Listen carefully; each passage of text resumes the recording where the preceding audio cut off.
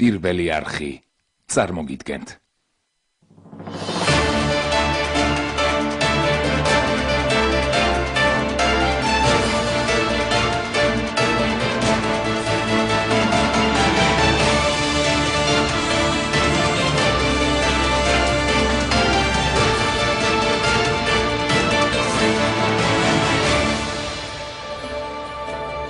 სამშვიდობისა დღეს სამშაბათია და 23 საათზე პირველი არხის ეთერშია პირველი თემა. შეხვედრა შავნაბადეს რეზიდენციაში მოყვება თუ არა კონკრეტული შედეგი მიხეილ სააკაშვილისა და ლევან გაჩეჩილაძის პირისპირ საუბარს. არასაპარლამენტო ოპოზიციას ერთ-ერთი ლიდერისათვის შეხვედრის წინ ოპოზიციის სახელით საუბრის მანდატი არ მიუნიჭებია. არასაპარლამენტო ძალები ხელისუფლების წინააღმდეგ ბრძოლის გაგრძელებას ისევ არჩეული ტაქტიკით აპირებენ და ერთობლივ პროექტებზე, მათ შორის საკონსტიტუციო კომისიაში მუშაობას ჯერჯერობით არ განიხილავენ. რა არის ოპოზიციის უარის მიზეზი და რა პირობების შესრულების შემთხვევაში შეუერთდებიან ისინი დემეტრაშვილის ჯგუფს. გადასკვნას ელის თბილისი ტალიავინის კომისიისაგან და რა გავლენას მოახდენს საბოლოო დოკუმენტზე გენერალ ბორისოვის ცნობილი ინტერვიუ. დღეს პირველი თემა წარმოგიდგენთ.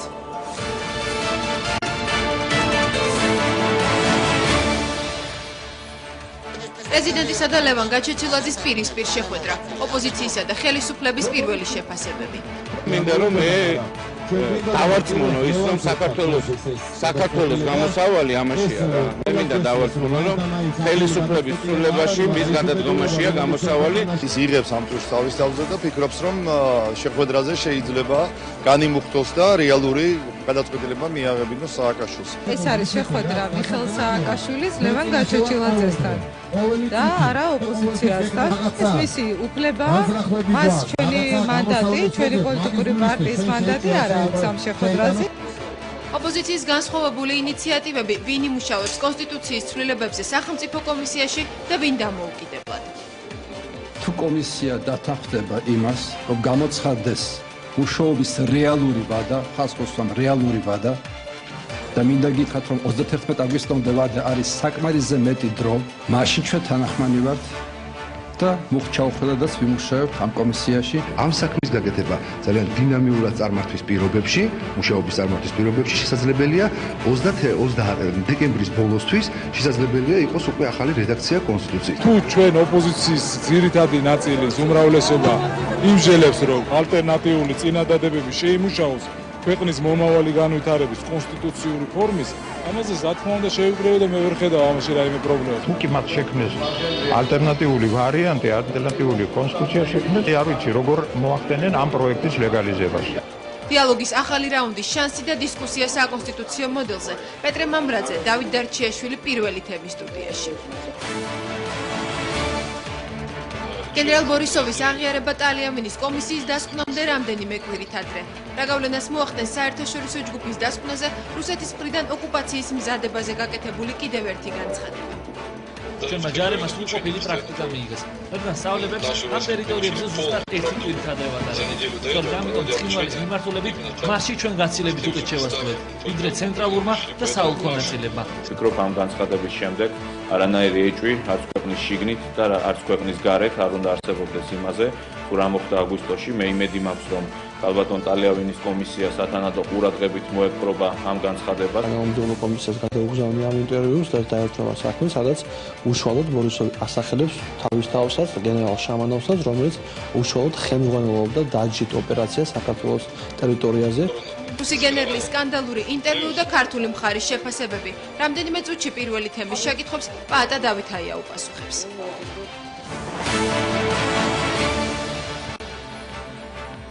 მაშასე პირველი თემა პირდაპირ ეთერშია, გადაცემას ვიწყებთ პირდაპირ ჩართვით ჩავნაბადეს რეზიდენციის მიმდებარე ტერიტორიიდან და რეზიდენციაში დაახლოებით საათზე მეტია მიმდინარეობს პრეზიდენტთან ლევან გაჩეჩილაძის შეხვედრა. თამარ ურუშაძეა პირდაპირ ეთერში. საღამო მშვიდობის თამარ, ხომ არ დასრულებულა შეხვედრა, ან ხომ არ გახდა რაიმე დამატებითი ინფორმაცია ცნობილი თქვენთვის?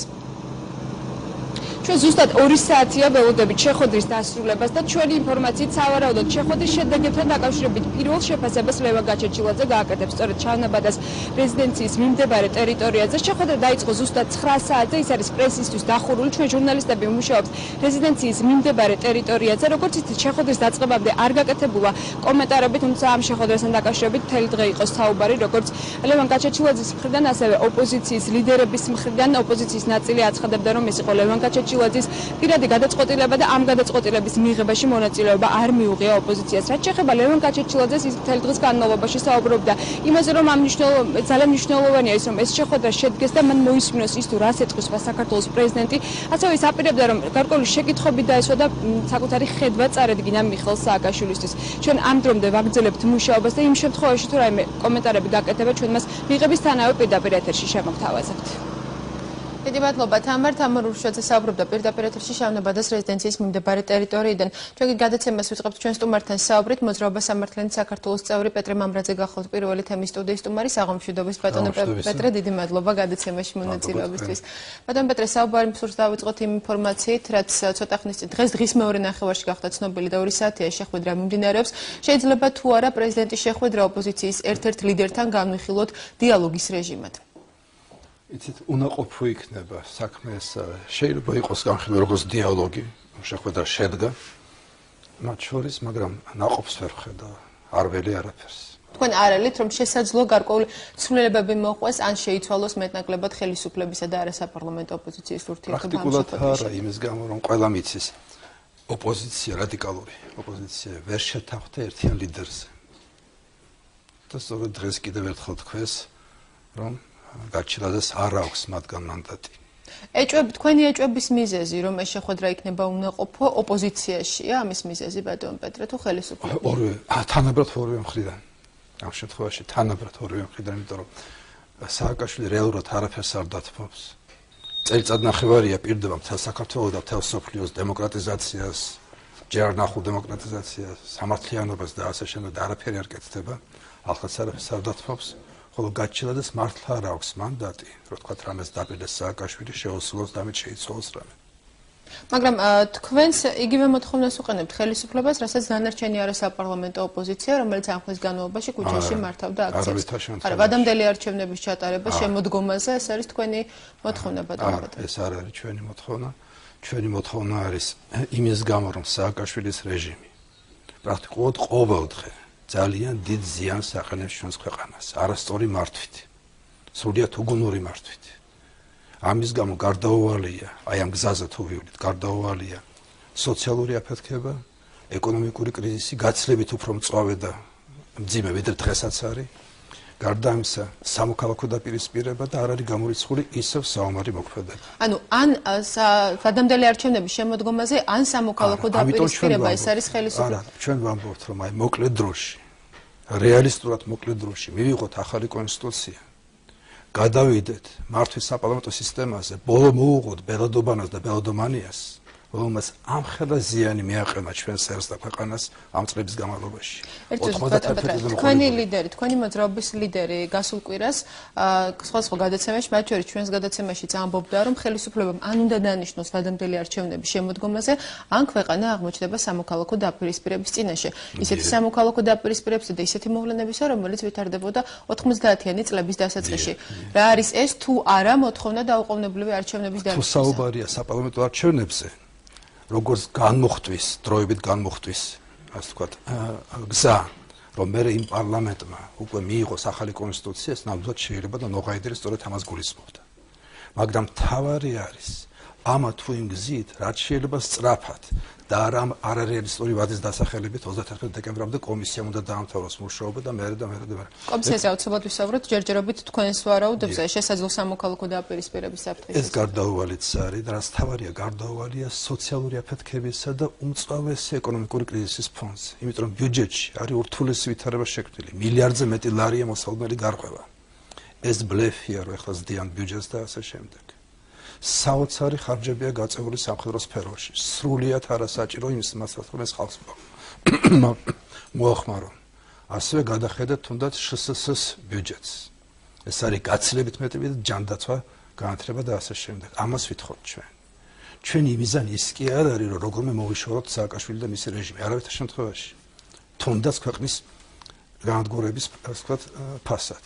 ჩვენი მიზანი არის, რომ ქვეყანა გადაურჩეს კრიზისს, ქვეყანა გადაურჩეს დაშლა და სახელმწიფოებრიობის დაკარგვას და ამისათვის ვაგზას უბრალოდ ვერ ვხედავთ. და კრიზისიდან გამოსავლის გზების ძიება არ არის, თუნდაც ის ინიციატივები მაგალითად რაც წამოაყენა ხელისუფლებამ, ან ის გეგმები, რაც ჩამოაყალიბა ოპოზიციამ.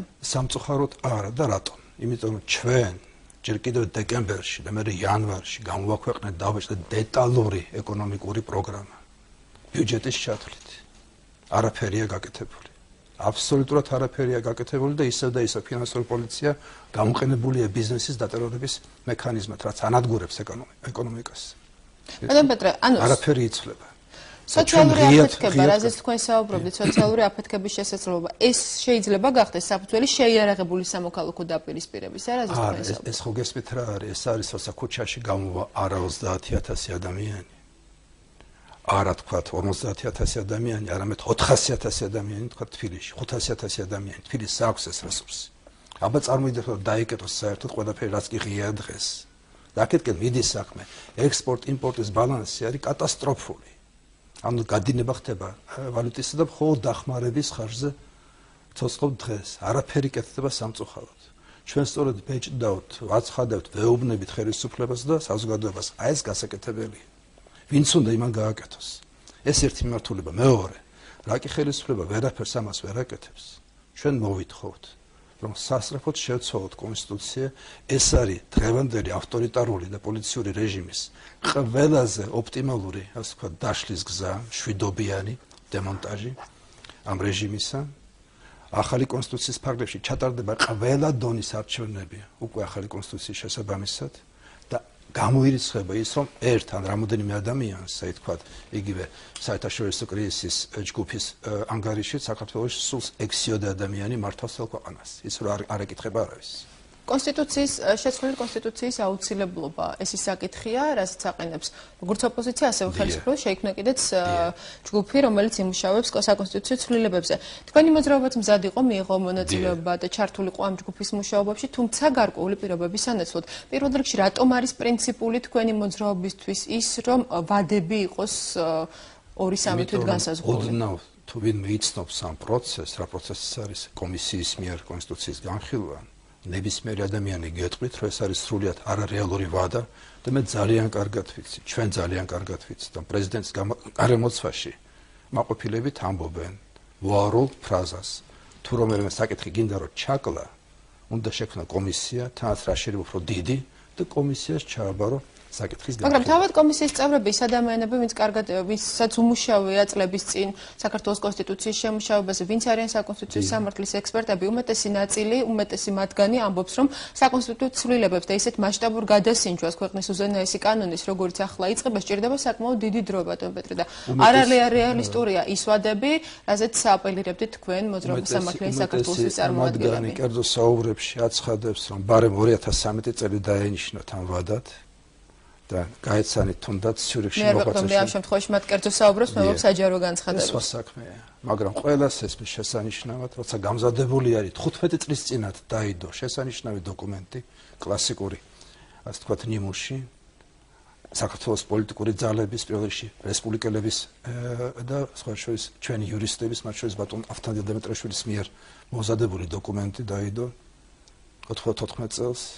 და თქვათ, იქ შესწორების შეტანა, რაღაც ისლების შეტანა 31 აგვისტოს კი, ასე ვთქვათ, ჭარბი გარანტირებული ვადა ამისათვის. მეცას გეტყვით. აი ახლა ფონდ ღია საზოგადოების ეგიდით, სულ ცოტა ხანში დაამთავრებენ ცნობილი ქართველი იურისტები, გვარების თქმა არ მინდა, სულ ახალ ვარიანტს. და ის იქნება დასრულებული და დამთავრებული. ასე რომ, აი თქვათ, დღეს მოიყვანე მაგალითი, რომ ეკითხებოდნენ ჟურნალისტები, თქვათ, აი ერთ სართულზე რომ გინდოდეს სასლო და რო თქვა რომ ჭირდება 3 საათი. ხო დაეჭვდები. ის კი არა მაშინაც ვიტყვი რა თუნდა 3 საათი ამას. ეს არის რა თქმა უნდა დროის მოგებისა და თქვენ ითხოვთ იმ 94 წელს დადებულ პროექტში გარკვეული ცვლილებების შეტანას და შემდგომში მის ამოქმედებას გადაგებთ. რა ტიპის ცვლილებებია ის, რასაც თქვენ ანჯებთ ყველა შემთხვევაში დავუდებთ კომისიას, თუმცა კომისიაში შესანიშნავად იცნობენ ამ დოკუმენტს და ზოგი თვითონ მუშაობდა ამ დოკუმენტზე. და ჩვენ ვითხოვთ იმას კი არა რომ 31 აგვისტომდე მაინც და მაინც ეს დოკუმენტი იქნას მიღებული, როგორ გეკადრებთ. ვიმუშაოთ, ეს კარგი საფუძველი არის და საკმარისზე მეტი დრო იმ პარლამენტის წევრი გახდით მე და მოღედელიც შორის. 15 წელს რომელიც მიიღო კონსტიტუცია, ორ თვეში მიიღო. მუშაობდით დილის 9 საათიდან და ასე ვთქვათ, გვიან ღამემდე და მივიღეთ კონსტიტუცია, ხო? ახლა საერთოდ არაფერი არ უდგას ამას, რომ მართლა რომ უნდათ ამის მიღება, მაგრამ რეჟიმს ეს არ უნდა. თქვენ დაინახავთ. მხოლოდ ვადის გახანგრძლივება მიგითითებთ ამაზე. რატომ გამორიცხავთ, რომ შესაძლოა 31 დეკემბრამდე ამ ხნის ვადაში იყოს დადებული ისეთი პროექტი, რომელშიც ეჭვს არ შეიტანთ მაგალითად თქვენ და არც სხვა სკეპტიკურად განწყობილი ძალები. სხვა მონაცემებიც, რა თქმა უნდა, გვაქვს, იმიტომ რომ ინფორმაცია ჟონავს და ხელისუფლების მხრიდან რომელიმე ძალის მიერ როგორი პროექტი შემოვა, ისიც კარგად ვიცით, მაგრამ ეხლა საბოთის გარეშე ამაზე არ ვილაპარაკებ, მაგრამ მე ვამბობ ძალიან მკვეთრად ეს არის საკმარისზე მეტი მესიჯი, ნიშანი, როცა გისახელებენ ვადას, რომელიც 3-ჯერ, 4-ჯერ აღემატება იმ ვადას, რომელიც საკმარისზე მეტია თავისთავად. გესმით? ეს უკვე ნიშნავს იმას, რომ დროს წელავ.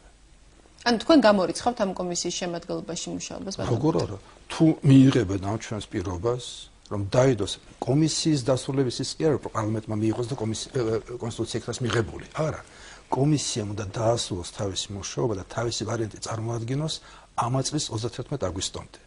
აი ახლა პუბლიკაცია იყო შესანიშნავი სულხან მეტრეველისა, ეს ციურიხში მოღვაწეობს ქართველი კაცი იურისტი და წერდა, რომ ესე იგი ან იმ ძალებს პოლიტიკურს, ვინც აცხადებს ამ ვადას 31 დეკემბერს, საერთოდ არ ესმით რა არის კონსტიტუციის შემუშავება კომისიაში, ან და მართალია, რადგან მასზე ლაპარაკობენ ამ ძალებზე საქართველოში, რომ ესენი პირდაპირ მართული ხალხი არის. 31 აგვისტო ბოლოვა და ეს არის თქვენი პირობა, მაგრამ ანუ თქვენი პასუხიდან გამომდინარე ვივარაუდოთ, რომ იმ პირობებით, რა პირობებთან შექმნილია უკვე ეს კომისია და იმ ვადით, რაც არის დათქმული 31 დეკემბერი, მოძრაობა სამართლიანი საქართველოსთვის ამ კომისიის მუშაობაში მონაწილეობას არ მიიღებს. თუ არ მიიღებს კომისია, ჩვენც რა თქმა უნდა ვერ ჩავერთვებით ამ იმიტაციაში, ამ დეკორატიულ მაპატიად მუშაობაში ვერ ჩავერთვებით. ზოგიერთი ოპოზიციური ძალა ალაპარაკდა ალტერნატიულ კომისიაზე და ალტერნატიული პროექტის დადებაზე. თქვენც ამავე გზას ხომ არ განიხილავთ ბატონ პეტრე? ეს შესაძლებელია, იცით, იმიტომ რომ აი ძალიან საინტერესო პროექტი იქნება, რომელსაც ახლა ფონდი ღია საზოგადოების ეგიდით დაასრულებენ იურისტები, ქართველი იურისტები.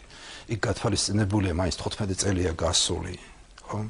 არის რაღაცა თანამედროვე მომენტები და ეს უკვე დაიდება. ესე შეიძლება დაიდოს. თავარი რა არის? აი მე გეტყვით, ჩვენ ახლა დავდივართ ინტენსიურად რეგიონებში, თბილისშიაც შევხვდით, ყველა რაიონში შევხვდით. იწყება შეხვედრა და ადამიანები არც გაცლიან ლაპარაკს. პირდაპირ ამბობენ, აღარ გვინდა ეს ბელადები.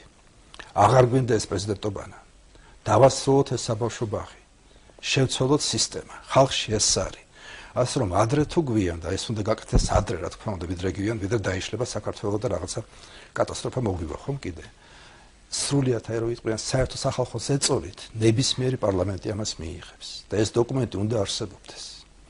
ეს არის ჩვენი პოზიცია. მაგრამ დაუბრუნდა ვიცით კითხვას, რაც შეეხება ალტერნატიულ კომისიას, თქვენ იქნებით ამ შემთხვევაში ცალკე თუ ჩაერთვებით რამდენიმე ოპოზიციური ძალის მიერ შექმნილ ალტერნატიულ კომისიაში. ჩვენ კონსტრუქციულად განწყობილი ძალა გააჩნია, ხო ზეპირად ასე წინაწინ თქვა შეუძლებელია კონკრეტიკას გააჩნია, მაგრამ ეს საინტერესო იდეაა.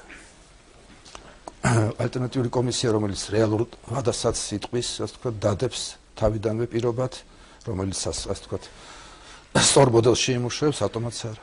მაგრამ რამდენად მოსალოდნელია მაშინ ასეთ შემთხვევაში, რომ ოპოზიციის მხრიდან, რამდენიმე ოპოზიციური ძალის მხრიდან, იმ ძალების მხრიდან, რომლებიც არ ჩაერთვებიან შექმნილი საკონსტიტუციო კომისიის მუშაობაში, წარმოდგენილი იქნას ერთდროულად რამდენიმე პროექტი.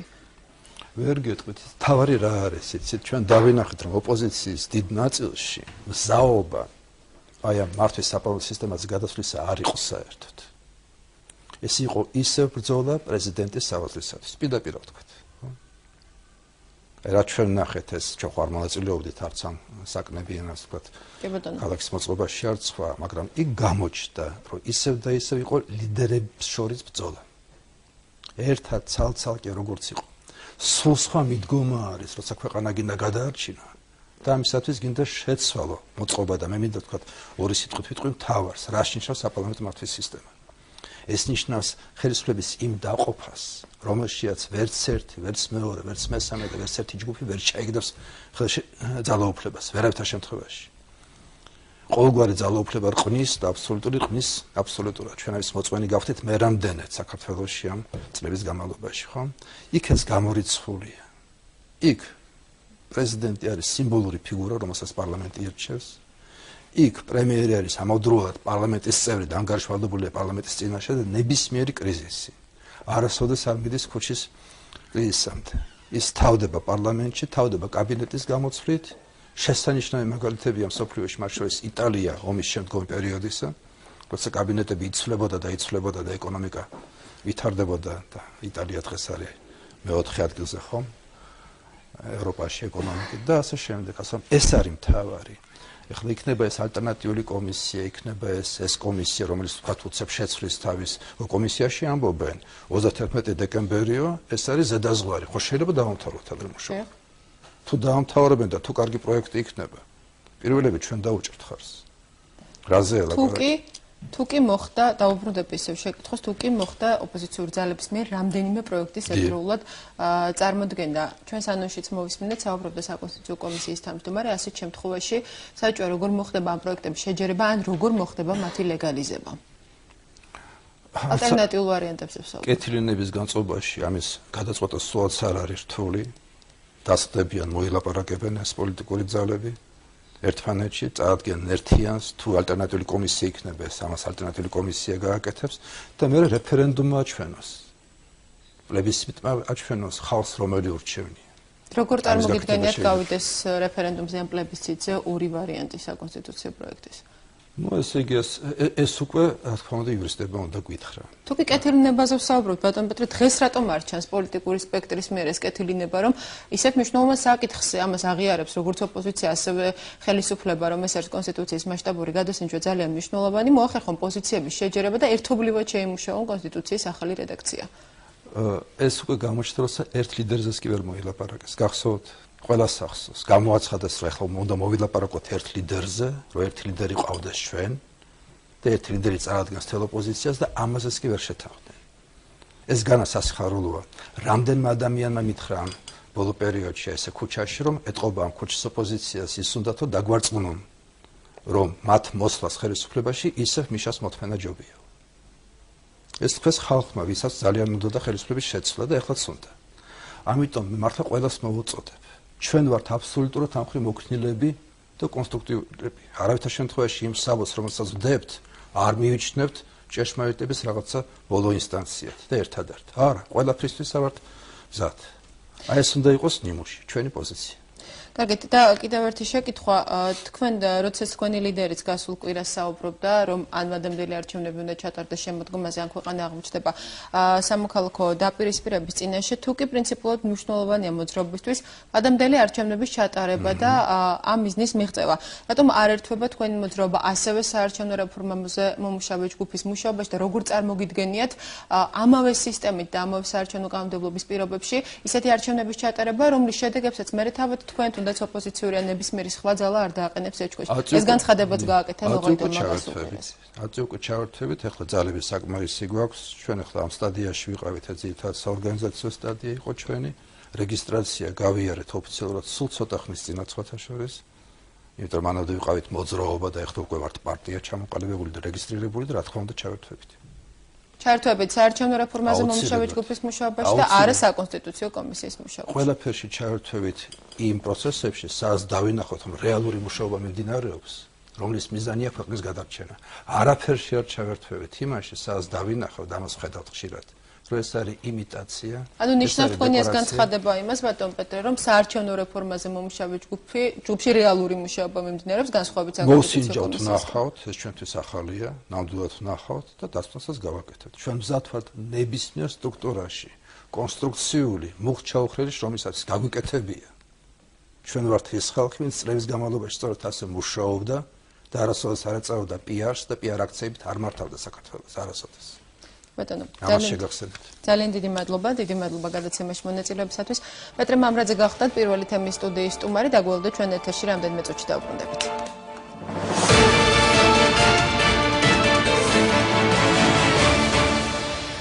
პირველი თემა კვლავ პირდაპირ ეთერში ჩვენი სტუდიის სტუმარი გახავთ ევროპასთან ინტეგრაციის კომიტეტის თავმჯდომარე საპარლამენტო უმრავლესობის წევრი დავით დარჩიაშვილი. საღამოშვიდობის ბატონ დავით. დიდ მადლობას მოგახსენებთ გადაცემაში სტუმრობისთვის. საუბარი დავიწყოთ იმით, რა ინფორმაციითაც დავიწყოთ ჩვენი დღევანდელი გადაცემა შავნაბადეს რეზიდენციაში 2 საათზე მეტია მიმდინარეობს პრეზიდენტისა და ლევან გაჩეჩილაძის შეხვედრა. რას ფიქრობთ, რა შედეგი შეიძლება ველოდოთ დღევანდელი შეხვედრიდან?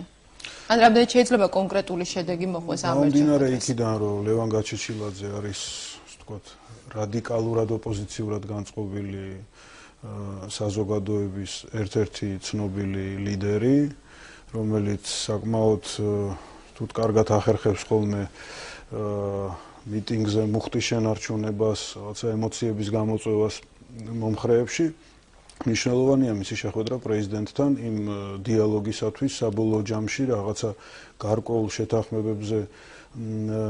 შეთანხმებებამდე მისვლისათვის, რაც ზოგადად ქვეყნისთვის არის საჭირო. მაგრამ იმ ფონზე, როდესაც თქვენ ამბობთ, რომ ის არის რადიკალურად განწყობილი ოპოზიციური ძალის ერთ-ერთი წარმომადგენელი, მაგრამ ამ დროს ასევე რადიკალურად განწყობილი ოპოზიციური ძალების ლიდერების ნაწილი ამბობს, რომ ამ კონკრეტულ შეხვედრაზე ლევან გაჩეჩილაძეს არ ენიჭება საერთოდ ოპოზიციის სახელით საუბრის მანდატი, რას ცვლის მაშინ არსებითად ეს შეხვედრა? ცით რა, ეს ლიდერების ერთობლიობა არ არის რაიმე წარმომადგენლობითი ორგანო. ეს ლიდერები გაჩნდნენ გარკვეულწილად პოლიტიკური პროცესების შედეგად, გარკვეულწილად სპონტანური პროცესების შედეგად, მათ გარკვეული პოპულარობა მოიპოვეს იმ ადამიანებში, ვინც მიტინგზე სისტემატურად დადის და ყველას თანაბრად აქვს უფლება გამოხატოს ამ მიტინგეთა ზოგადად ოპოზიციური სპექტრის მოსაზრებები. ვისაც უკეთ გამოსდის ეს, ვისაც უკეთ შეუძლია ადამიანთა გარკვეული რაოდენობის, ხან დიდის, ხან არც თუ ისე დიდის, ხან კიდევ უფრო დიდის მობილიზება, მას აქვს ამ ხალხის სახელით საუბრის უფლება და ეხლა იქ სხვანაირად კენჭისყრა არ ყოფილა არც სტადიონზე და არც მიტინგზე, რომ ვიღაცას ჰქონდეს უფლება ლაპარაკის, ვიღაცას არა.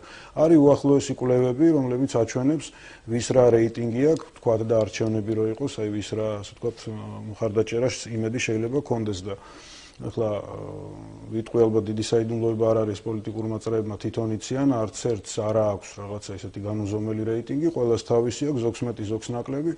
აი, ვისაც ცოტა მეტი აქვს, იმათ შორის არის გაჩეჩილაძე. ბევრად უფრო მეტი აქვს, ვიდრე ზოგიერთ იმთაგანს, ვინც აკრიტიკებს.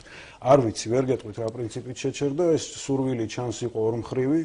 და მათი შეხვედრაც მე მგონი მხოლოდ წაადგება საქმეს არანაირად ხელს არ შეუშვებს. შეიძლება თუ არა დღევანდელი შეხვედრა ოპოზიციის ერთ-ერთ ლიდერთან პირისპირ შეხვედრა პრეზიდენტისა ჩავთვალოთ ერთი თვის წინ გამართული პირველი შეხვედრის, ასე ვთქვათ, გაგრძელება და მორიგრა უნდათ.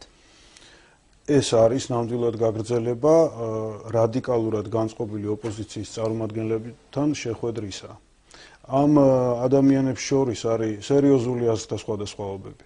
მათ პოლიტიკურად აწყობთ ხოლმე, რომ ეს სხვადასხვაობები დამალონ, ისინი მიიჩნიონ მეორე ხარისხოვნად, მაგრამ მე მგონი საზოგადოება ხედავს, რომ მათ შორის არის სერიოზული კონკურენცია, ასე ვთქვათ. და არავის არ აქვს ილუზია, რომ აი ამდენი, ასე ვთქვათ, ლიდერი თუ ლიდერობაზე პრეტენზიის მქონე ადამიანი ყოველთვის ერთად იქნება. მიიჩნია, რომ ხელისუფლების ასეთი ნაბიჯი თუნდაც ერთ-ერთ ლიდერზე არჩევანის შეჩერება არის სწორედ ოპოზიციის დისკრედიტაციისა და მათში განხეთქილების შეტანის მხოლოდ ხელისუფლების არჩევანი. უბრალოდ არის ამ ოპოზიციაში მრავალი ადამიანი და ზოგიერთს, თქვათ, ადრე უჩდება სურვილი რაღაცა დამატებით დიალოგზე წასვლისა და ზოგიერთს საერთოდ არ უჩდება ეს სურვილი, ხო? აი აქ არის თვისობრივი განსხვავება მათ შორის და ეხლა რა ვქნათ, ვისაც საერთოდ არ უჩდება და ჩანს არც გაუჩდება, იმას ელოდოს ყველა. კარგით, ბატონ დავით, კიდევ ერთი მნიშვნელოვანი საკითხი, რაზეც ვსაუბრობდით ჩვენი გადაცემის პირველ სტუმართან და რაც აღნიშნეთ კიდეც აღიარებს ოპოზიციას და ხელისუფლებას ამ საკითხის მნიშვნელობას გულისხმობს საკონსტიტუციო კომისიას და ამ კომისიის მუშაობას ნაწილი ოპოზიციის აყენებს გარკვეულ პირობებს და მხოლოდ ამ პირობების დაკმაყოფილების შემდეგ აპირებს დემეტრაშვილის გუნდ შეუერთდეს, ნაწილი საუბრობს ალტერნატიული კომისიის ჩამოყალიბებაზე. მიზეზები რა შეიძლება იყოს იმისა, რომ ას პოლიტიკური ძალების ასეთი გამიჯვნა გამოიწვია ერთმა კონკრეტულმა საკითხმა?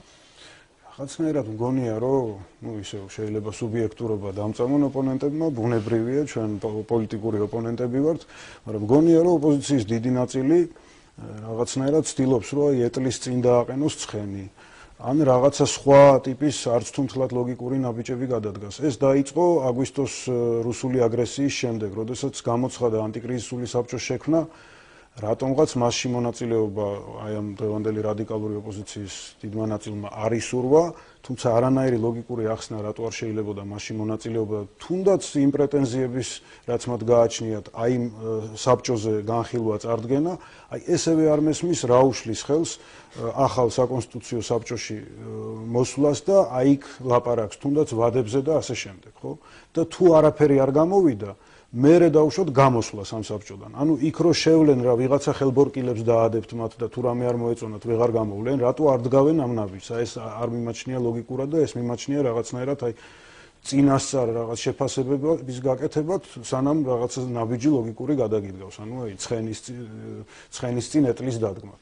ხო და მეორე არის ახლა თქვენ წინასწარმეტყველი ლაპარაკობდა რომ ან 31 აგვისტოსთვის უნდა დაიდოს დოკუმენტი და მაშინ ვიფიქრებთ საბჭოს შესვლას თქვათ 31 სექტემბრისთვის რომ დაიდოს ან 15 სექტემბრისთვის ან იქნებ უცებ სასწაული მოხდეს და 15 აგვისტოსთვის რა ხდება რა აი რა ვადებზე გამოკიდება მე უფრო მაფიქრებს რომ არაა რეალური სურვილი თანამშრომლობისა რაღაცნაირად კომპრომისის ძიებისა და არის რაღაცა ესეთი ხელოვნური მიზეზების რომ 31 დეკემბრის დაწესება ბოლო ვადად არის ხელოვნურად მაშინ როდესაც ბატონი პეტრე თანამშრომლობდა ხელისუფლებასთან იყო შევარდნაძის დროს მთავრობის ადმინისტრაციის ერთ-ერთი ხელმძღვანელი კონსტიტუციაზე მუშაობა გაიჭიმა წლობით ვერ თანხმდებოდნენ გარკვეულ საკითხებზე 95 წელს მიღებული კონსტიტუციაზე მუშაობა დაიწყო 93 წელს თუ მეხსიერება არ მღალატობ შეიძლება უფრო ადრეც და იმიტომ რომ მთელი რიგი ასპექტებია რაზეც შეთანხმება საჭიროა ნამდვილად არ მინდა და არც წარმომიდგენია რომ აი ამ სერიოზული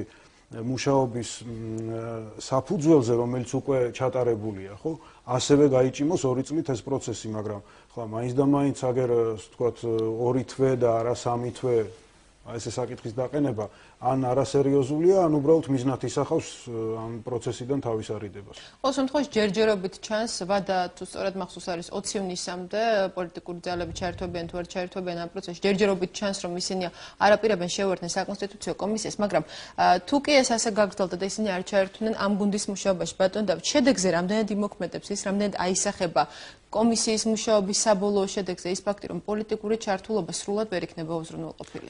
მე ეხლანდელი კონსტიტუციაც არ მიმაჩნია ტრაგედიად და რაღაცა ავტორიტარიზმის და დიქტატურის დაკანონებად. მაგრამ არის მასში ხარვეზები, სხვა დრო იყო თუნდაც 3-4 წლის წინ და სხვა სიტუაციაა ეხლა და ეს კონსტიტუციაზეც შეიძლება ასახოს პოვებდეს და გადაწყვეტილება მიღებულია პოლიტიკური. კარგი იქნება თუ ახალი პროდუქტი იქნება ყველა მეტნაკლებად გავლენიანი პოლიტიკური მოთამაშის შეთანხმების შედეგი. არ იქნება ასე და ვინც შეთანხმდება ის შეთანხმდება და საზოგადოება განსჯის ახალი მოდელი მისაღებია თუ არა მე როცა არჩევნები მოვა არჩევნების გზით. თქვენ პირადად როგორც ხელისუფლების წარმომადგენელი და საპარლამენტო უმრავლესობის წევრი ბატონ დავით პირველ რიგში რას მიიჩნევთ საჭიროდ რა ცვლილებები აუცილებელი რომ დღეს მოქმედ კონსტიტუციაში შევიდეს. ამაზე ითქვა არაერთხელ მე ვთვლი რომ 2004 წელს თებერვალში განხორციელებული ცვლილებები რომელიც თავის დროზე მეც არ მომწონდა იმიტომ რომ მეც თქვა რაც წიგნებში წამიკითხავს ეს მთლად ის არ იყო რაც ჩვენ გადავწყვიტეთ მაგრამ ცოტა ხანში მაჩვენა რომ წიგნებში წაკითხული დემოკრატია და პრაქტიკული დემოკრატია ყოველთვის ერთი და იგივე არ არის და ყველა კონკრეტულ ვითარებაში რაღაცა სპეციფიური ამოცანები დგება ისეთი რაც ადეკვატურ გადაწყვეტილებას საჭიროებს და რაც პირდაპირ ასე ვთქვათ რომელიღაცა დემოკრატიული ინსტიტუტის რეკომენდაციებს შეიძლება ვერ იპოვნო. საქმე რაში იყო ძალიან სწრაფად იყო გასატარებელი რეფორმები რომ აბსოლუტურად დავარქმევდი ამას საბჭოური ფეოდალიზმიდან გადავსულიყავით მოდერნულ საზოგადოებაზე. ამას სჭირდებოდა ძალაუფლების კონცენტრაცია და სწრაფად მტკივნეული რეფორმების გატარება. ამისთვის იყო საჭირო დამატებითი უფლებამოსილებების მიცემა პრეზიდენტისათვის. სხვა ვითარება არის ახლა იგივე რეფორმებმა რომლებიც მტკივნეული იქნებოდა გარდაულად უკმაყოფილება გაზარდა პლუს იყო შეცდომები ხელისუფლებაში მეტი მოთხოვნა არის ძალაუფლებისა და პასუხისმგებლობის გადანაწილებაზე და ეს უნდა აისახოს ახლა კონსტიტუციურ მოდელში. და კიდევ ერთი საკითხი საუბრობს ზოგიერთი ოპოზიციური ძალის წარმომადგენელი ერთობა ეს კომისიის მუშაობაში თუ არა იმაზე რომ ქვეყნისათვის უმჯობესი იქნება თუ გადავა მმართველობის საპარლამენტო მოდელზე. რამდენად განიხილავს ამის შესაძლებლობას? არ ამგონია ის საპარლამენტო მოდელისკენ სვლის ნიმუში ისეთ ქვეყანაში რომელიც დაახლოებით პოლიტიკური ვითარებით, პოლიტიკური კულტურით და საფრთხეებით გავს ჩვენ ქვეყანას უკრაინაში ვთქვათ. ასეთი პროცესები იწვევს ძალიან ბევრ რბილად რომ ვთქვათ გაუგებრობას და გადაწყვეტილების მიღების შეუძლებლობას. და პოლიტიკური კრიზისი სწორედ ეგ არის ხოლმე, როდესაც სახელმწიფო შტოები ვერ იღებენ გადაწყვეტილებას, როდესაც პრემიერ-მინისტრი, სპიკერი და პრეზიდენტი ერთმანეთს უპირისპირდება და გაუგებარია ვის რა ასე ვთქვათ პრეროგატივა გააჩნია. საპარლამენტო რესპუბლიკაზე ხისტად წასვლამ შეიძლება შექმნას ესეთი დამატებითი რისკები ჩვენთვის. ეს ერთი. მეორე, აი 2006 წელს მახსოვს აბსოლუტურად არაპოლიტიკური სოციოლოგიური კვლევა, რომელიც მიზნად ისახავდა დემოკრატიული ღირებულებებისადმი საზოგადოების დამოკიდებულების გარკვევას და იქ არ იყო ლაპარაკი ვის რა რეიტინგი აქვს. უბრალოდ აი ღირებულებები დაწყებული ოჯახიდან დამთავრებული დემოკრატიული ინსტიტუტებით იყო გამოკითხული. 40% იძახოდა საზოგადოების, რომ დემოკრატიას, რაიმე კონკრეტულ ფორმას კი არა, დემოკრატიას ურჩევნია ძლიერი ხელი.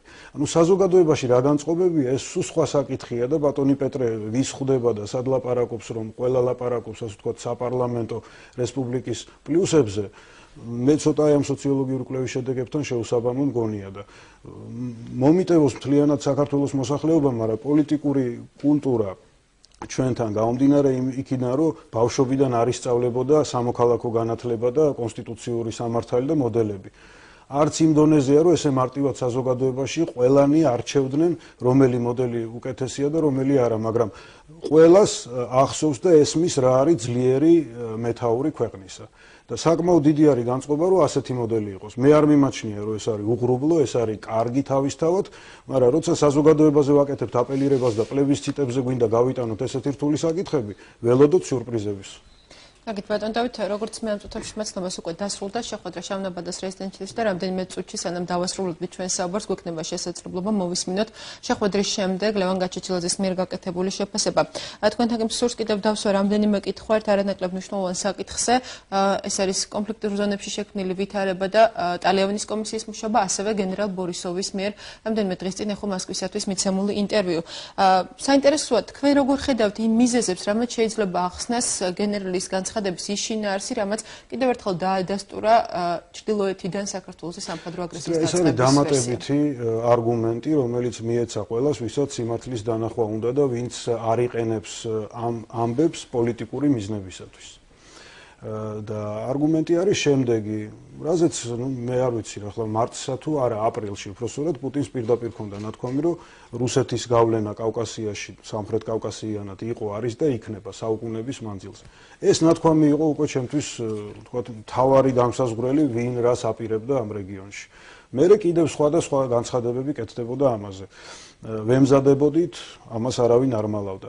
ბორისოვმა დააკონკრეტა, რომ ეს მზადება მარტო ჩრდილოეთ კავკასიაში კი არ ხდებოდა, არამედ იგი სხვა მედესანტეებთან ერთად, რომელთაც არავითარი შეხება არ ჰქონდათ სამშვიდობო ძალებთან. ჩამოსული იყო საქართველოს ტერიტორიაზე იურიდიულად. იქ ახლა რა ასე თქვა კონფიგურაცია იყო, სამშვიდობო ძალავინ იყო და დე ფაქტო ხელისუფლება და ამ შემდეგ ეს არის პრაქტიკული ტაქტიკური ვითარება, მაგრამ იურიდიულად ეს არის საქართველო, იყო საქართველო, მაშინ რუსეთის მიერაც აღიარებული. ჩამოდის მაღალჩინოსანი გენერალი და იქ გეგმავს ოპერაციებს და ახორციელებს ამ ოპერაციებისათვის წვრთნებს. ამას აღიარებს, რომ ეს ყველაფერი ხდებოდა საბოლოო შეჯახებამდე ერთი კვირით ადრე. ძალიან საინტერესო, ასე ვთქვათ, ანუ დეტალების დაკონკრეტება აღმოჩნდა ბორისოვის განცხადებაში. ახალი, ანუ გუშინ გაკეთებული შეფასებებით, ბატონ დავით, ერთი წუთით, გუშინით გაკეთდა შეფასება თბილისში, რომ ეს არის დამატებითი არგუმენტი იმ სკეპტიკოსებისთვის, ვინც ეჭქვეშ აყენებდა იმ საკითხს, რომ აგრესია დაიწყო ჩრდილოეთიდან, მაგრამ მსგავსი აღიარება, როგორც მოყვა ამ შეფასება, ჩვენ მოვისმინეთ გასული წლის მიწურულსაც დეკემბერში, როდესაც განცხადება გააკეთა რუსეთის პრეზიდენტმა მედვედევმა და დაადასტურა, რომ რუსეთი ემზადებოდა ომისათვის და სწორედ ამ სამზადისის შედეგი იყო ის, რომ ოპერაცია მინიმალური დანაკარგებით დასრულდა რუსეთმა დაანგრია საქართველოს სამხედრო განსხვავება არის იმაში, ემზადებოდა ომისათვის, სკეპტიკოსებს უჩნდებათ კითხვა, რომ იქნება ემზადებოდა იმიტომ, რომ ელოდებოდა, რომ ჩვენგან იქნებოდა აგრესია და მერე დაიწყებდა რამეს. სწორედ მაშინაც მოყვა ბორისოვი ამბობს პირდაპირ, ემზადებოდა უკვე საქართველოს ტერიტორიაზე. სადღაც თავისთან კი არ გეგმავდა ნებისმიერ ქვეყანას, მით უმეტეს თუ მას მეზობლებთან საეჭვო ურთიერთობები აქვს რაღაც სამხედრო გეგმებიც. დარწმუნებული ვარ, რომ დღესაც აქვთ რუსებს თურქეთში შეჭრის გეგმები, მაგრამ არ ნიშნავს, რომ ემზადებიან ხვალ ომისათვის.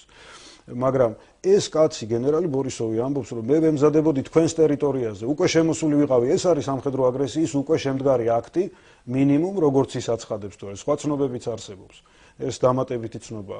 მინიმუმ 7 დღით ადრე, ვიდრე 7 აგვისტოს დაიწყებოდა უშუალოდ შედარებით ფართომასშტაბიანი სამხედრო. ბატონ დავით, მოდი ისევ მიზეზებს დავუბრუნებთ. რას უკავშირდება იმ მსგავსი აღიარებების, თუ ამას ასე დავარქმევთ გახშირება? პრეზიდენტის განცხადება გავიხსენეთ. მე მესმის, რომ პოლიტიკურ ოპონენტებს შეიძლება ძალიან მტკივნეულად მიაჩნდეთ თავისი შეფასებების გადაფასება. და სანამ გროვდება, ვთქვათ, სანამ დაგროვდებოდა კრიტიკული მასა ცნობებისა თუ ვინ იყო აგრესორი, რა მოხდა ამ დღეებში, ხო? ვიღაცებს ქონოდა გულწრფელი ეჭვები, ან შეგნებულად ზდომებოდა რომ გაეშავებინა საქართველოს ხელისუფლება. რაც მგონია რომ უკვე ხელისუფლების პრობლემა კი არ არის იმდენად, არამედ ზოგადად ქვეყნის ეროვნული ინტერესებთან დაპირისპირების ვთქვათ სახე შეიძლება მიიღოს, ესმის ეს მალანს თუ არ ესმის, როდესაც ამას აკეთებს. მაგრამ ამ განცხადების მერე მაინც ხო შეიძლება თქვა რომ ეს არის დიახაც არის რუსული აგრესიის 7 აგვისტომდე რამდენიმე დღით ადრე დადასტურების ფაქტი. რუსი გენერალის თუნდაც მარტო რო ყოფილიყო მოსვლა და იქ რაღაცა წვრთნების ჩატარება. არა, მაინც არ ხდება ესეთი განცხადებები, მაგრამ თავი დავანებოთ იმას თქვენ ტალიავილის კომისიაზეც მკითხეთ და სხვა და სხვა.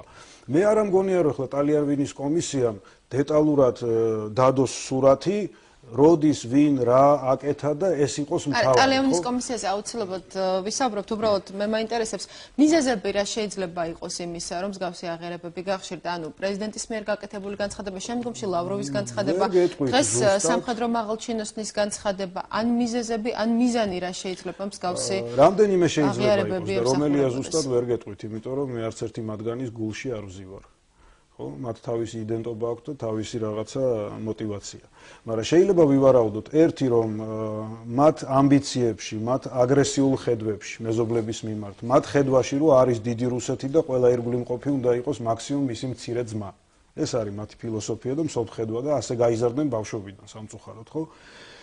აი ამ განზრახულობებთან თუ ამ შეხედულებებთან შედარებით საერთაშორისო სამართალი არის მეათეხარისხოვანი.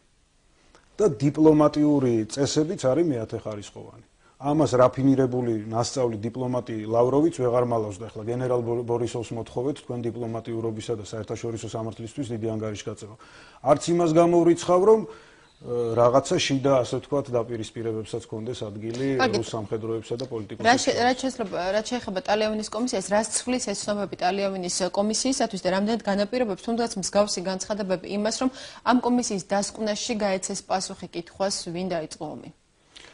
იცით რა, მე მგონია რომ ტალიავილის კომისიამ ზოგადი შეფასება უნდა მისცეს მართლაც რატომ მოხდა ომი რუსეთსა და საქართველოს შორის.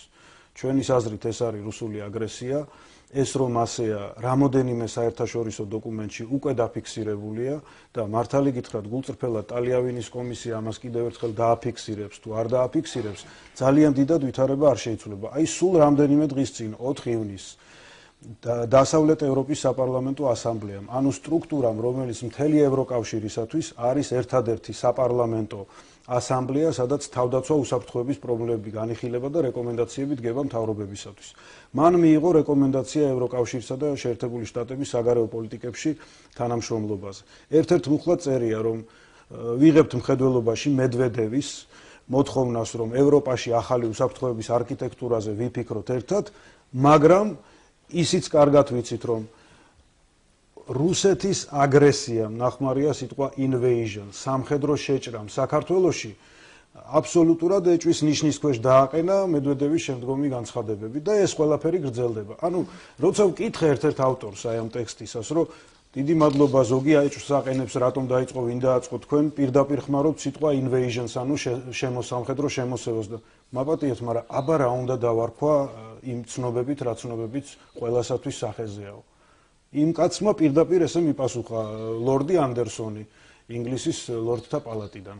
და ახლა ჩვენ არ ვიცი კიდე რატო გვინდა სხვა სახელები მოვიგონოთ ამ ყველაფრისათვის, თუ არ გვინდა მართლა რომ ნებისმიერ ფასად ხელისუფლებას დავარტყათ, რაც თავისთავად შეიძლება ლეგიტიმური ამოცანაა, მაგრამ მეთოდებსაც გააჩნია. კარგით, ბატონ დავით და კიდევ ერთი კითხვა, რაზე მიუთითებს ის, რომ ბოლო დროს პრესაში, დასავლურ მედიაში გაჩნდა როგორც რუსი ექსპერტების, ასევე დასავლელი პოლიტოლოგების შესაძლო მოსაზრებები, ანგნებავთ მინიშნებები იმას, რომ საქართველოს შეიძლება ისევ იყოს განხორციელებული სამხედრო აგრესია. იცით რა, ამის რისკი ნამდვილად არსებობს, იმიტომ რომ ცხადი არის, ესაც მე მგონი, ახლა ვისაც დავანებო დღევანდელ პოლიტიკას რაღაცა შეხება ქონია რუსეთის და საქართველოს ისტორიასთან, ეჭვი არ ეპარება, რომ ბევრად მეტის გაკეთება უნდოდა რუსეთს, ვიდრე მიიღო. ცხინვალი რუსეთისთვის ცალკე აღებული ვერ წყვეტს მის იმპერიულ ამბიციას რეგიონში და ვერ სოხუმი. თბილისი წყვეტს და ვერ მიიღო თბილისი. ამიტომ რახან ვერ მიიღო და იმპერიული ამბიციები ისევ ადგილზეა, რისკი ძალიან მაღალია, მაგრამ ვერ მიიღო რუსეთმა თბილისი იმიტომაც, რომ საერთაშორისო თანამეგობრობა ბევრად უფრო მობილიზებული აღმოჩნდა ვიდრე 1921 წელს.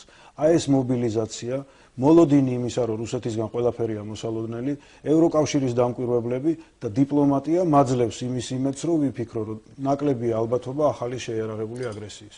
დიდი მადლობა ბატონ დავით, ჩვენ ახლა გვაქვს შესაძლებლობა გქონდეს პირდაპირ ჩართვა შავნაბადეს რეზიდენციის მიმდებარე ტერიტორიიდან შეხვედრა უკვე დასრულდა, როგორც აღნიშნეთ, თამარა რუშაძეა პირდაპირ ეთერში. კიდევ ერთხელ მოგესალმები, რა განცხადება გააკეთა ლევან გაჩეჩილაძემ შეხვედრის შემდეგ? ზუსტად რამდენიმე წუთის წინ დასრულდა 2 საათნახევრიანი შეხვედრა და პირველი შეფასება შეხვედრის შედეგებთან დაკავშირებით გააკეთა. რამდენიმე წუთის წინ ლევან გაჩეჩილაძე მის აცხადებს, რომ ეს შეხვედრა იყო შედეგიანი და მან დეტალურად მოყვა ის საკითხები, თუ რა თემების განხილვა მიმდინარეობდა შეხვედრის დროს. ის აცხადებს, რომ პრეზიდენტმა მას მისცა კონკრეტული შეთავაზებები და ეს შეთავაზებები არის ის, რაც აქამდე უკვე ცნობილი იყო საზოგადოებისთვის.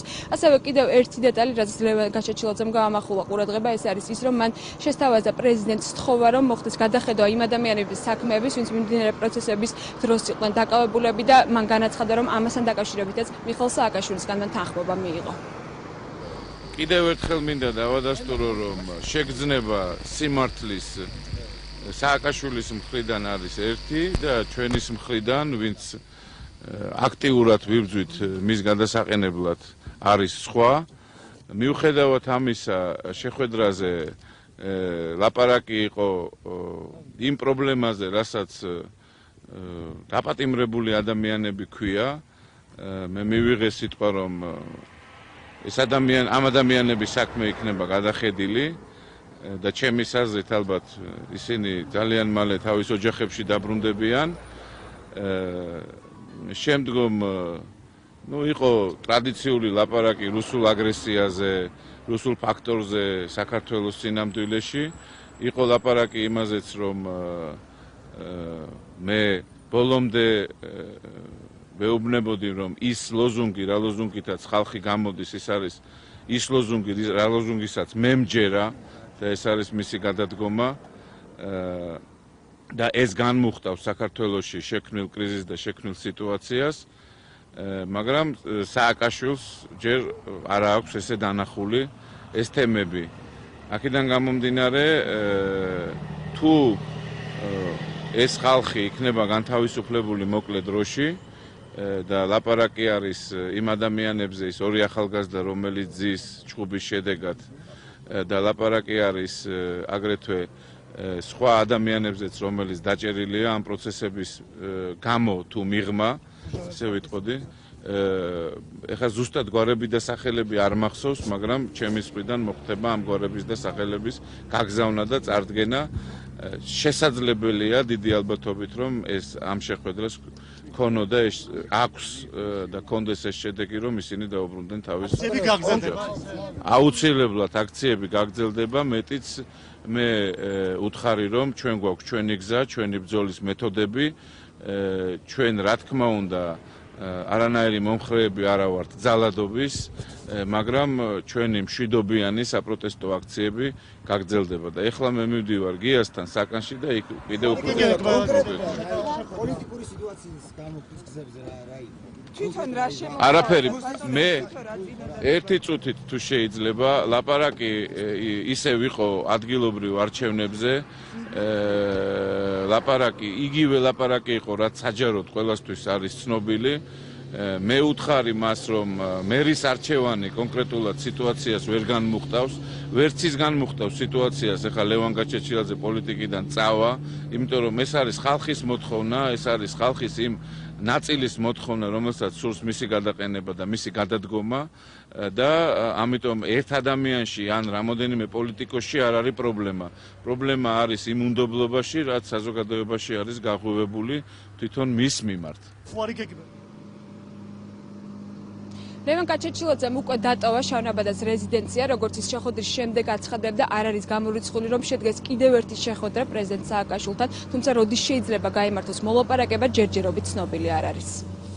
დიდი მადლობა თამარ რუსაძე საუბრობდა პირდაპირ ეთერში. ბატონ დავით, რა დასკვნის ან შეფასების საფუძველს გაძლევთ ის განცხადება, რაც მოვისმინეთ? შეიძლება თუ არა ვისაუბროთ რაიმე კონკრეტულ შედეგზე. იცით რა, პროცესი ნამდვილად არ არის დასრულებული. თუ მომეცა საშუალება ერთ წერილს დავასრულებ და მე ან 24 საათში ან სადმე დავბეჭდავ, სადაც ვამბობ ერთ რამეს, რომ პოლიტიკური კრიზისი კი არ არის ჩვენთან. პოლიტიკური კრიზისი რა არის, წეღანაც გითხარით, როცა ხელისუფლების შტოები ერთმანეთში არიან დაპირისპირებულები. არამედ არის სოციალური და იდეოლოგიური კრიზისი. აი ვინ ვის რატო უპირისპირდება, რატომ და რის გამო უნდა მოსახლეობის ნაწილს სააკაშვილის გადადგომა და ეს ნაწილი არ არის ნახევარი საქართველო, ვისაც უპირობოდ უნდა გადადგომა. ნაწილს ეჭვები აქვს ყველას მიმართ, მათ შორის ხელისუფლების მიმართ, მაგრამ არც ოპოზიციის წარმომადგენლების მიმართ არ არის ნდობით გამშვალული. ნაწილი ასევე სოლიდური არის მომხრე ხელისუფლების, ხო? რა არის ამის მიზეზი?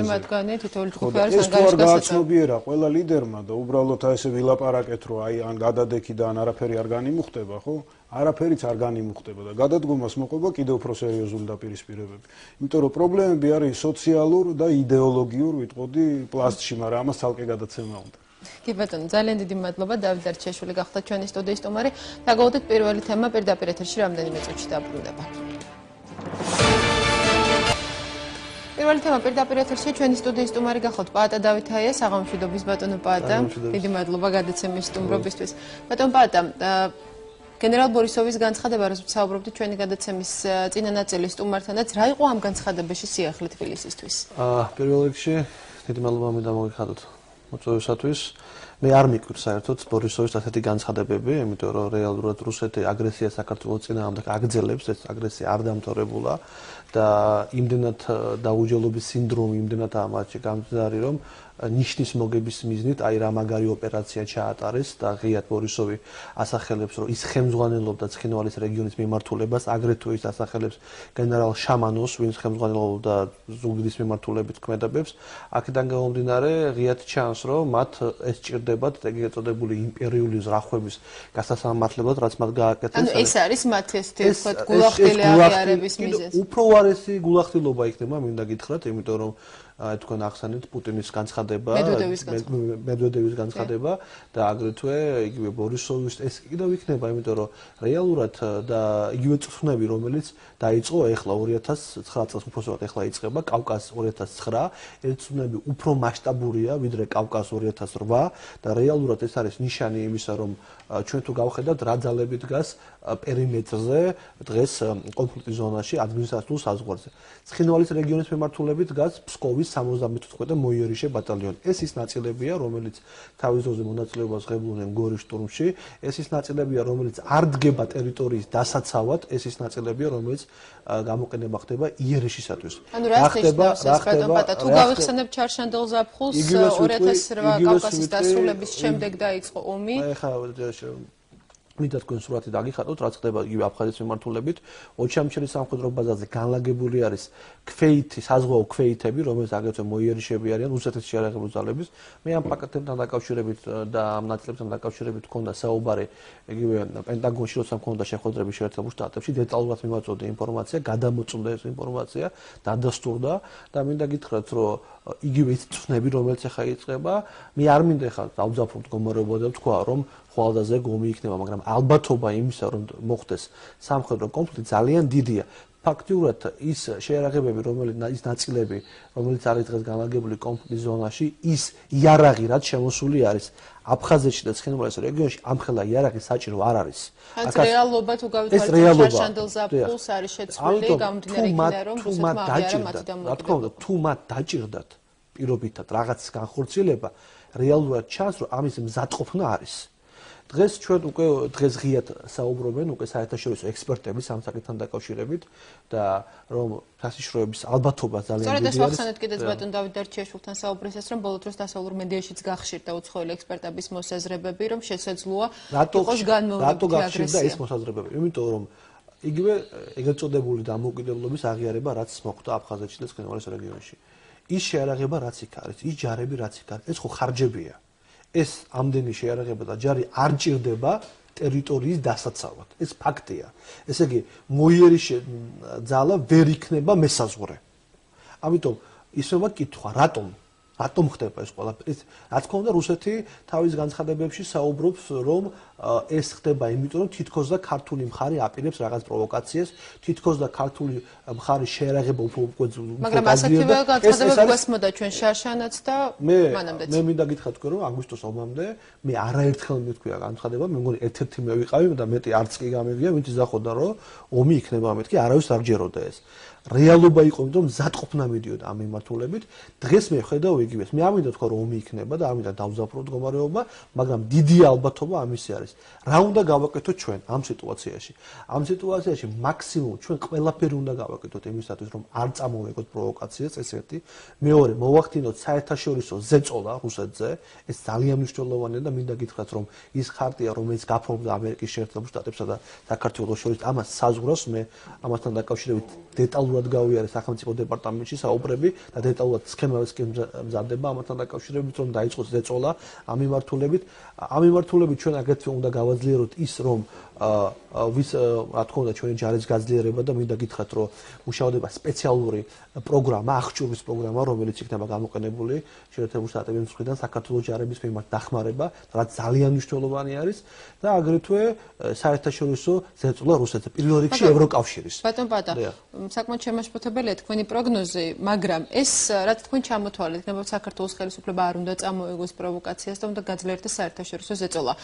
რამდენად შედეგიანი ან ეფექტიანი შეიძლება იყოს თუნდაც ეს პუნქტი საერთაშორისო ზეწოლა. საერთაშორისო საზოგადოება იგივე ევროკავშირი თავმჯდომარე ქვეყნის პრეზიდენტის ხელმძღვანელობით აქტიურად ჩართული იყო ამ კონფლიქტის მოგვარებაში, თუმცა ის პუნქტები, ცნობილი შეთანხმებისა და ის პირობები, რაც დაუწესა საერთაშორისო საზოგადოებამ არაერთ დონეზე რუსეთს დღემდე არ შესრულებულა. გეთანხმებით, ამიტომ ჩვენ არ უნდა ვიყოთ იმდენად დამოკიდებული სხვის იმედზე, მინდა ამას ხაზი გაუსვა, ჩვენ უნდა ვიყოთ უფრო აქტიური. რა აქტიურობაზეა საუბარი? არაერთხელ დამიყენებია საკითხი და ეხლაც ვაპირებ, ძალიან მწვავედ დავაყენო ეს საკითხი, რა გახდა ის, რომ ბაგაფში და კოკოვითი დღეს ამ ეტაპზე არ არიან ძებნელები. როდესაც პროკურატურამ აღძრა სისხლის სამართლის საქმე, როდესაც იცით თქვენ პარლამენტის დადგენილების მოთხოვნით 5000-მდე მოწმე დაკითხული არის და დღემდე მათზე ბრალი არა წაყენებული. რატომ? აუცილებელი არის ჩვენ ეს აფხაზგან ნეიტრალობის რამე უკვე პანგიმონის განცხადება რომელიც იყო ამ დღეების განმავლობაში ხო თითქოს და აფხაზეთი არ არის ეს მის განცხადებაში არ იყო საქართველოს მძიმე აფხაზეთი ხო და ისეთი შტაბ-ბიჭდილება იქნება რომ ეს კოკოით და ბაგაფში მართლა რაღაცისთვის იბრძვიან თქვენ წარმოიდგინეთ გაქვთ თუ საერთაშორისო სანქცია ექნება მაგაძე ძალიან გაუჭირდებათ ამ მიმართულებითაც კი განცხადებების გაკეთება აქ ზეწოლის ბერკეტებზეა საუბარი ჩვენ საუბრობთ დღეს რუსეთი არის აგრესორი მოდით თქვათ სიმართლე გაეროს უშიშროების საბჭო, სადაც რუსეთს აქვს ვეტო. ვერანაირი დოკუმენტი ვერ მიიღო. ავიღოთ ეუთო, სადაც რუსეთს აქვს ვეტო. ეუთო როგორც კონფლიქტის დამარეგულებული ორგანო გაყვანილია ცხინვალის რეგიონიდან. ერთი თქო ცუდია ეს, მაგრამ ამავე მომენტში არის ევროკავშირი, რომელიც წევრი რუსეთი არ არის. და დღეს ევროკავშირის დამკვირვებლები ვერ შედიან კონფლიქტ ზონაში და მე ვფიქრობ რომ ჩვენ აქტიურად და ეს საკითხი ყენდება და იხილება დღეს რომ შეიქმნას ევროკავშირის პოლიციური ჯარები რომელიც შევლენ კონფლიქტ ზონაში გამოვიყენოთ ესე იგი ის ცუდი შეიძლება კარგით მოხდეს ჩანაცვლება მაგრამ ეს დროში გავცობადი პრობლემაა მაგრამ ჩვენთვის რა მთავარ ამ სიტუაციაში რომ სწრაფი თქვა პრობლემები რომელიც დგება ჩვენ წინ ეს სწრაფად მოხსნათ რა არის ეს არის ის რომ ჩვენ მაქსიმალურად განვახორციელოთ ზეწოლა იმასთან დაკავშირებით რომ არ მოხდეს შეარაღების გაძლიერება კონფლიქტ ზონებში ქართული მოსახლეობა რომელიც არის ახალგორში და გალის ტერიტორიაზე არის უმძიმეოს მდგომარეობაში და რატომ პირველ რიგში გალის ტერიტორიას მინდა ხაზი გაუსვა იქ არის საპრეზიდენტო არჩევნები მალე და გალის ტერიტორია საჩხერის რაიონის სხვა სოფელში დაიძაბა დღეს სიტუაცია დაიძაბა ამის თქვა მინდა იგივე ახალგორთან დაკავშირებით რატო იძაბება ეს აი თქვენ დააკვირდით რა ხდება ჩვენ როდესაც რობიც საპარლამენტო კომისია მუშაობდა ჩვენ ჩაგვიგვარდა დოკუმენტი და ეს დოკუმენტი გადავეცით კაპიტან ჰაიდი ტალიავის ეს არის მაისის თვეში 2008 წელს რუსეთის გენერალური შტაბის მიერ დამტკიცებული გეგმა თუ როგორ უნდა მოხდეს პროვოკაციები და როგორ უნდა განხორციელდეს საბრძოლო მოქმედებები კონფლიქტის ზონაში მაისის თვეში რეალურად და ის რა ნაწილებმა რა ტერიტორია უნდა დაიკავოს რეალურად ის რაც მოხდა აგვისტოში შემდგომ ოღონდ სხვა სცენარი იყო განვითარების თუ პროვოკაცია არ მოხდებოდა აქედან გამომდინარე ჩვენ დღეს რა ვხედავთ რომ რუსეთი საუბრობს თვითონ და ქართული მხარე აპირებს რაღაც პროვოცირებას ამ სიტუაციაში მოწმეები გაყავს ვინა ეს მოწმეები ეუთო ცხინვალის რეგიონიდან გაერო აფხაზეთის ტერიტორიიდან ამის შემდგომ შემოყავს ნაწილი ამის შემდგომ ახდენს პროვოცირებას და ყველაფერი ხდება უმართავი ხო ხვდებით ესე იგი რეალურად ეს არის სერიოზულად გარე საფრთხების მზადება საქართველოს წინააღმდეგ და რუსეთი უკვე აღიარებს, რომ მან რა მიიღო აგვისტოს ომის შედეგად. მიიღო ის, რაც ჰქონდა, ის ტერიტორიები და გარდა იმ სოფლებისა, რომელიც დაიპყრო, რა თქმა უნდა, ჩვენ ტერიტორიაზე წაგორდა, მაგრამ რეალური სურათი, რასაც აკონტროლებდა, იმას აკონტროლებს და ის თავისთვის დაიკანონა. მოდით ასე უხეშად ვთქვათ და დაუპირისპირდა მთელ საერთაშორისო სამართალს. ასევე დაკანონებული აღმოჩნდა ის სოფლები, რომელსაც აკონტროლებდა ქართული ადმინისტრაცია. რა თქმა უნდა, მე ამას ვიძახი, რომ მან მიითვისა კიდევ ტერიტორიები, მაგრამ შედეგი რა მიიღო? შედეგი მიიღო მაქსიმალური საერთაშორისო ზეწოლა მის მიმართ, ხო? და დღეს ამას ჭირდება გამართლება. გამართლება ჭირდება იმაში, რომ მან ვერ მოახერხა ხელისუფლების დამხობა საქართველოში და ამიტომ ცდილობს ეს ისევ გააკეთოს. მას არ აინტერესებს. ანუ ეს არის მიზანი, რის გამო ჩვენ შეიძლება ვივარაუდოთ განმეორებითი სამხედრო აგრესიის საფუძვლად. ბატონო ბატა, ეს სურათი, შექმნილი სურათი, რაზეც თქვენ საუბრობთ, გნებავთ ის განცხადებები, რაც გააკეთა რუსმა სამხედრო მაღალჩინოსანმა. რამდენად იქნება გასათვალისწინებელი იმ კომისიისათვის, იმ საერთაშორისო კომისიისათვის, რომელიც დასკვნის დადებას ზაფხულის ბოლოს აპირებს. კონტაქტი საერთაშორისო კომისიასთან, მე არაერთი მასალები გადავეცი ჩემი პირადი არქივით, რაც მქონდა 92-93 წლებში.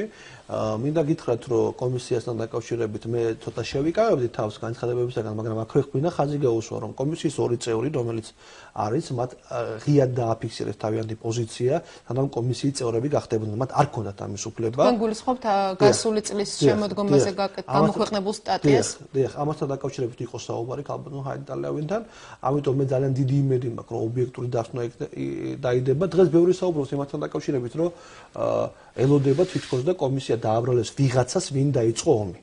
და რაღაც დიდი აჟიოტაჟი ამლოდინეს. ანუ ჩვენ არ უნდა ველოდოთ ასეთ კითხვაზე პასუხის გაცემას.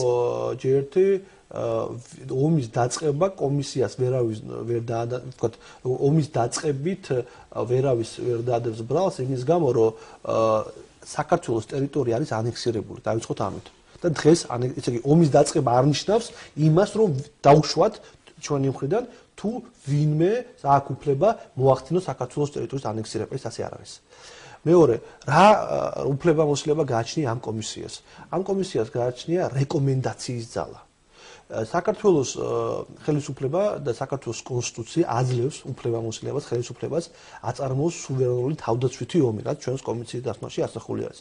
აქედან გამომდინარე, ამ რეკომენდაციის ძალის საფუძველზე მე ვფიქრობ, რომ რა თქმა უნდა იქნება დანაშაულებული ორივე მხარე, ჩემი პირადი აზრია, აქ საუბარია იგივე რაც საერთაშორისო ორგანიზაციების მიერ იქ გაკეთებული დასკვნები იგივე გრადის ტიპის იარაღის გამოყენებაზე, მაგრამ მოდით ვთქვათ სიმართლე, დაიბომბა ცხინვალი, ჩვენ გავეცით პასუხი. ამიტომ ყველაფერს აქვს მნიშვნელობა. ყველაფერს აქვს მნიშვნელობა და აქედან გამომდინარე ჩვენ ყველაფერი უნდა გავაკეთოთ იმ მიმართულებით, რომ არ მოვერიდოთ რაღაც ღია საუბრებს ამ დასკვნასთან დაკავშირებით. მე არ ველოდები რაღაც სერიოზულ პრობლემებს ამ დასკვნიდან გამომდინარე. და თქვენი კომისიის, თქვენი ხელმძღვანელობით პარლამენტში შექმნილი კომისიის დასკვნა რამდენად გამოადგება სტალიანის კომისიას? ჩვენ გადავიცით ეს დასკვნა და მე ვფიქრობ, რომ მათი განსახილველია და როგორ განიხილავს ეს მათი განსაცდელი. კარგით, რაც შეეხება თქვენს კომისიას, ბატონ პატა, საინტერესოა ასევე ის დეტალი, ფაქტები, რომლის შესწავლის მიზნითაც თქვენ დეკემბერში კომისიის დასკვნის გამოქვეყნების შემდეგ მიმართეთ პროკურატურას. რა რეაგირება მოჰყვა და ამჟამად რა მუშაობა მიმდინარეობს თუ ხართ კომისიის თავმჯდომარე საქმისკურში? მე არ ვიცი ამ სიტუაციაში რა სიტუაცია პროკურატურაში, მე მივმართე მათ და მათ როგორც ვთქვათ პირად საუბრებში ვიცი, რომ საქმე არის გამოძიების სტადიაში და რეალურად ხდება ამ ვთქვათ გამოძიებაში მე ვერ ჩავერევი. რა თქმა უნდა პარლამენტის თომის დაწყებისთანავე მე აუცილებლად დავაყენებ ამ საკითხს. და კიდევ ერთ საკითხი, რის დაყენებასაც ითხოვდა საპარლამენტო ოპოზიცია, როდესაც თქვენი კომისიის მუშაობა მიმდინარეობდა, თქვენი კომისია არ იყო საგამოძიებო, ის იყო დროებითი საპარლამენტო კომისია, თუმცა მაშინ იყო ასეთი მოთხოვნა, რომ როცა დაასრულებდა მუშაობა სტალიანის კომისია, სტალიანის ხელმძღვანელობით, საქართველოს პარლამენტში სასურველი იქნებოდა შექმნილიყო საგამოძიებო კომისია. დგას თუ არა დღეს ამის საჭიროება? ჩვენ კომისიის დასკვნაში ავსახეთ ის, რომ თუ სტალიანის კომისიამ გამოიძიეს ესეთი ფაქტები, რაც შეეხება სამხედრო დანაშაულებს, ის უფლებამოსილება ჩვენ არ ქონდა. აქედან გამომდინარე, რა თქმა უნდა, ეს საკითხი დადგება. იკვეთებოდა თუ არა ასეთი დანაშაულის ნიშნები? ჩვენ ამასთან დაკავშირებით არ ქონდა უფლებამოსილება საპარლამენტო კომისიას ეს განმეხორციელებინა, აქედან ამიტომ გამომდინარე, საგამოძიებო კომისიას უფრო მეტი მერკეტები აქვს, ამ მერკეტებიდან გამომდინარე, თუ ეს აღმოჩნდება, ჩვენ კომისიის დასკვნაში ეს გასახული არის ყველაფერი. ძალიან დიდი მადლობა. ძალიან დიდი მადლობა გადაცემაში მონაწილეობისათვის. პაატა დავითაია გახდა ჩვენი სტუდიის სტუმარი. პირველი თემა კი დღეს ამით დასრულებულია. მე ხუთ შაბათამდე გემშვიდობებით მომავალ შეხვედრამდე.